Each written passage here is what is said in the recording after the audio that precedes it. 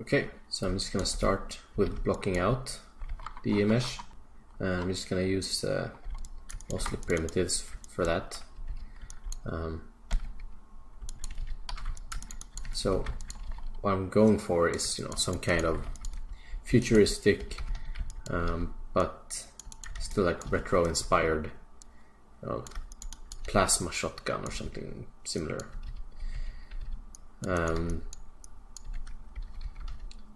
So I'm going to be using quite a lot of scripts and macros, but I'm going to take the time and go through most of the time that I'm doing something that is not, you know, obvious. Most of the things I'm doing is pretty much based on Modo's actual like normal tools, but like combined in ways that might not be obvious. So I'll try to point out every time I do something that is, you know, out of the ordinary in Modo. So I usually like to just copy paste things out a bit, you know, using just the basic primitives just to get like the proportions there like very quickly. I don't detail up anything until I got like just some placeholder boxes there, just to see, you know, what the proportions of the gun will be like. So I'm just adding, you know, placeholder things for like the grip and everything. So very ugly.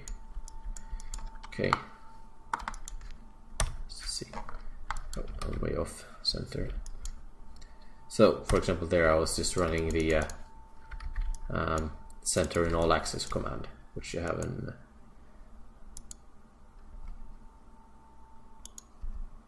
the vertex tab here. You can center all. So I use that a lot because a lot of the time I just create a primitive in thin air and then I just go ahead and center it afterwards, to make sure that I'm working across the axis. So I don't have any problems with mirroring and so on. But it takes way longer to actually create the primitives on and make sure that they're on the axis when you're creating them, instead of just quickly doing that afterwards. So that's why I do that. So I'm just gonna keep, you know, bashing these out a bit, and because I have a pretty good idea in my head of what I want. So I'm just gonna start, you know, pushing these shapes around until I get something that is relatively close to what I had in my head before I can start, you know, figuring out where to go with it. So it's definitely too short, for example.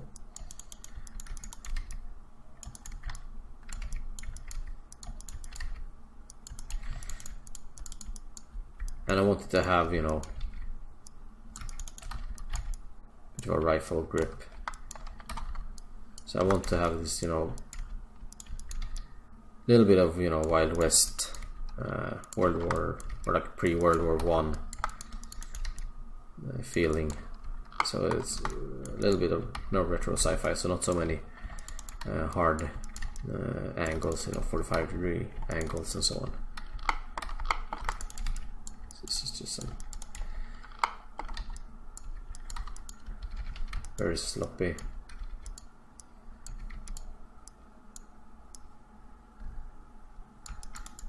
I use quite a lot of sides in my primitives.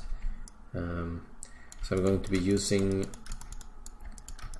several different methods on this model. I'm going to use sub-D modeling, but I'm also going to use a lot of the just the rounded shader and like low poly models, because it's so fast and it's very good for just iterating on design and just making, you know, high poly renders. It's really great for that.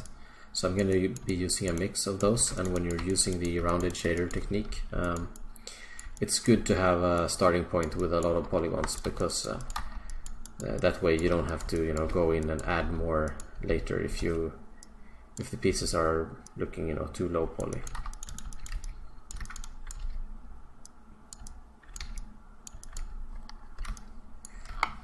But at the same time, if you're, you know, I generally don't, or I didn't used to use so many polygons in my cylinders, because if you sub-D them, the polygon count is going to increase really fast.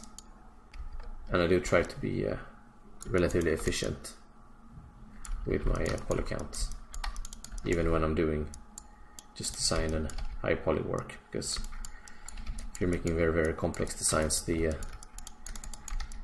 just eats up unnecessary time.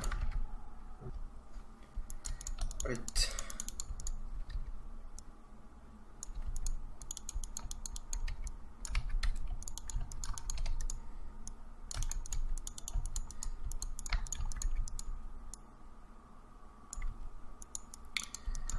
So as soon as I have something that I'm happy with the block out, I will go into more detail and start to block things out for animation as well. Just, you know, very basic animation stuff, but just so that it's functional, so I know that it would work from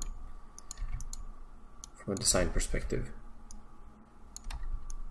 I mean, it probably wouldn't be functional like a real gun, but sci-fi, so get away with that.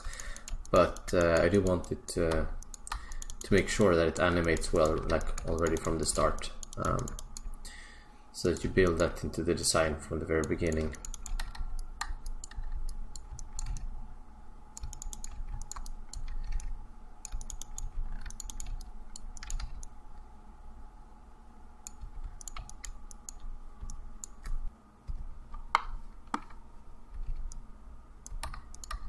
I'll also start assigning basic materials.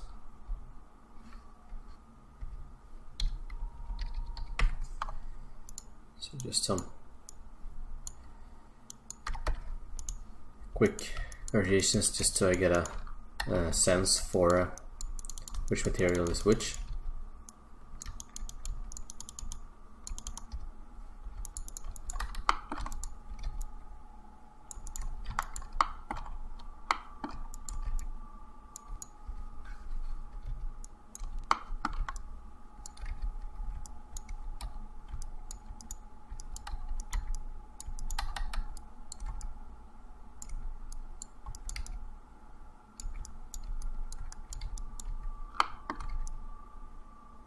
So this is one of those pieces that I probably would, you know, as soon as I get very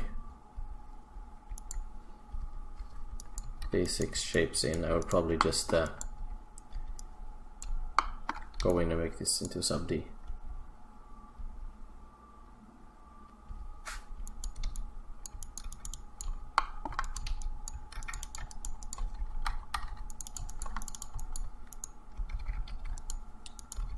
So I'm imagining this to have some kind of, you know, revolver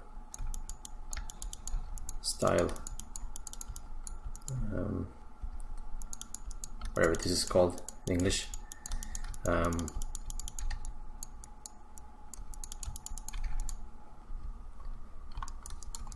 then, so I'm trying to have some, you know, old school,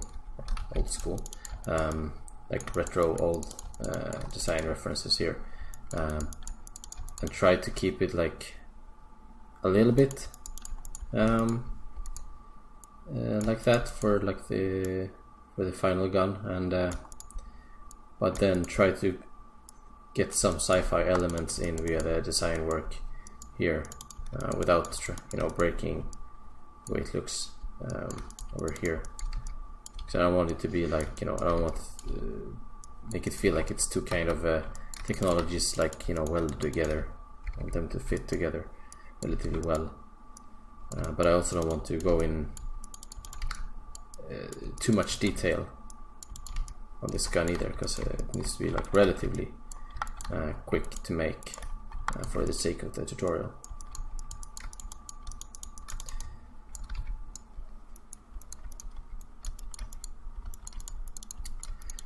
this one here doesn't quite work.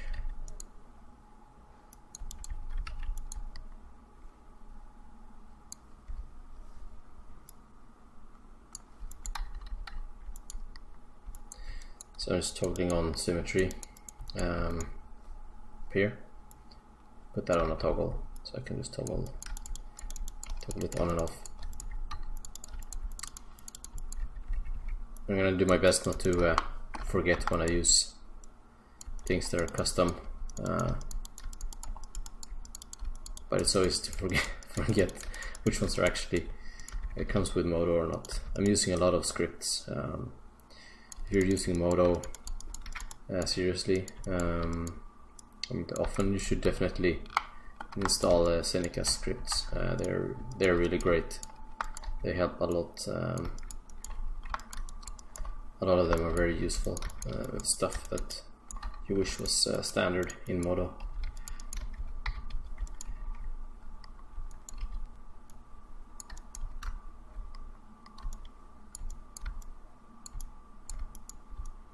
So a lot of these meshes are, not quite mirrored when I'm just, moving them around and stuff. I'll just go in and delete like half of them later and re-mirror them. Just they don't have any detail or anything yet. So I'm usually very sloppy when I'm in this stage and just, because I'm not going to use any of this geometry anyway, most likely. So.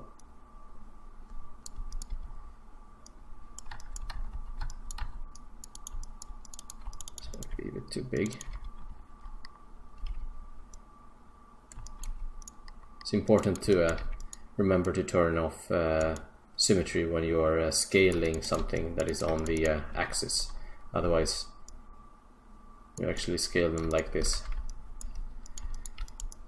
I do that all the time by mistake.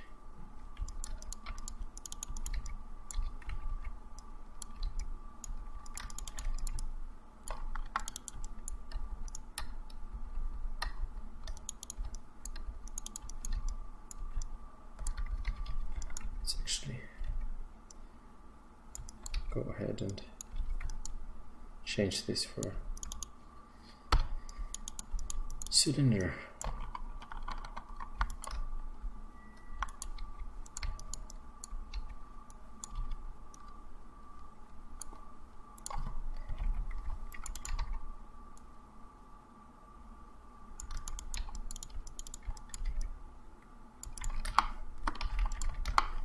Make sure it aligns reasonably well with this, yeah.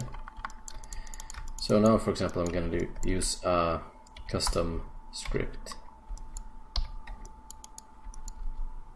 and I'm going to use a boolean, and I use this quite a lot. It's very handy. For example, it's very handy for doing things like this. Use a cutout, and it's done. Works great when you're using the round edge shader, but basically you can use the built-in booleans in Modo, which you can find here in the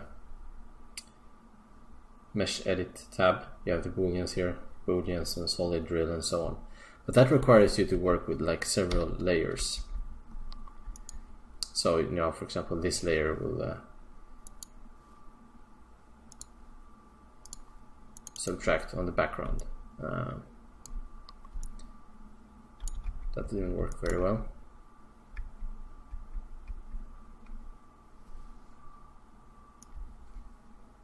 And you can use Modo's built-in booleans, but I prefer to use Seneca's quick booleans, which are much faster, because then you can boolean using the same layer. And when you boolean something, Modo will complain that the mesh is not closed. And since Modo 9, you don't have to have the things that you boolean on closed. So what I did, mine is a bit faster than the normal one, but I'm basically using his macro, but with a few tweaks. So just does that, so quick cutout. And now I'm just gonna turn on the preview render.